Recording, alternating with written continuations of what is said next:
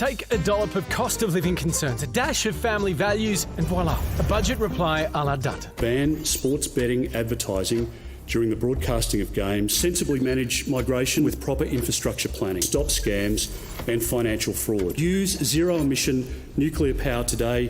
The opposition leader's main line of attack, Labor's targeted cost of living relief, leaves too many Aussies out in the cold, starting with the increased job seeker. Temporary relief is targeted at Australians on welfare, but at the expense of the many, including Labor's working poor. That core criticism extending to mental health. I want an Australia where we support Australians who are unwell, not an Australia where we leave those people behind.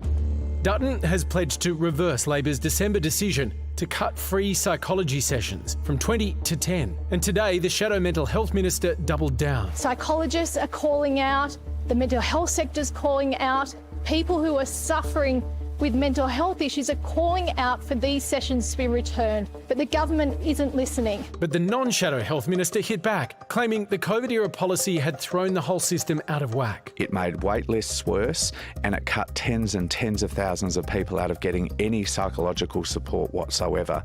Those additional 10 sessions were not going to the people who needed it most. They were not going to people with more complex needs.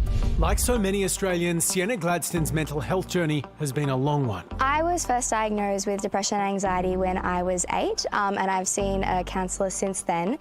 There's a lot of reoccurring issues within myself, specifically things like eating disorders that have really been exacerbated within my teenage years. But the support that I've gotten recently in the past few years has been amazing, and it's really helping in my treatment.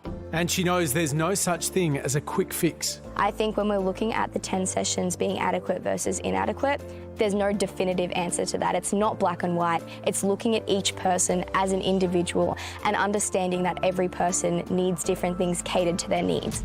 So when it comes to mental health, could less really be more? Dr. Katrina Davis-McCabe is with the Australian Psychological Society. She's been good enough to join us. Doctor, what is your view on this? Oh, good evening, everyone, and thanks for inviting me. Look, it's just devastating, and Sienna, in the case study there, just proves that. We would like to see the 20 sessions reversed. We'd like to see 20 sessions back in place. People need that, and I'm talking specifically people who have complex mental health issues.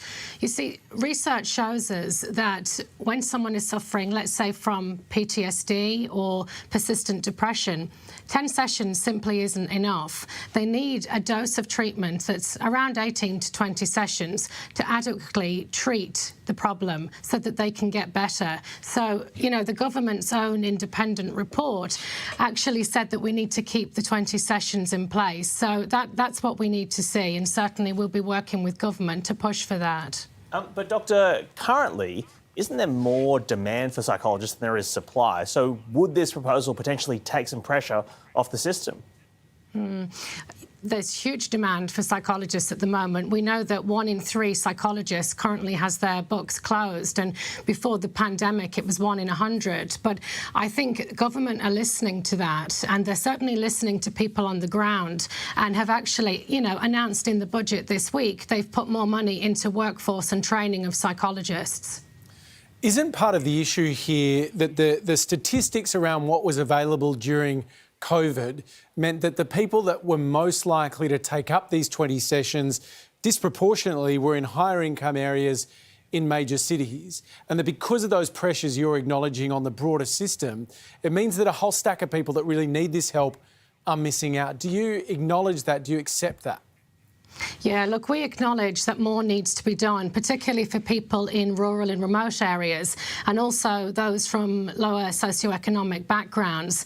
But the answer to that isn't to cut this essential system to all. We need to look at how we can better support those people and make psychology more accessible and more affordable. Doctor, which party do you trust more to reform the sector?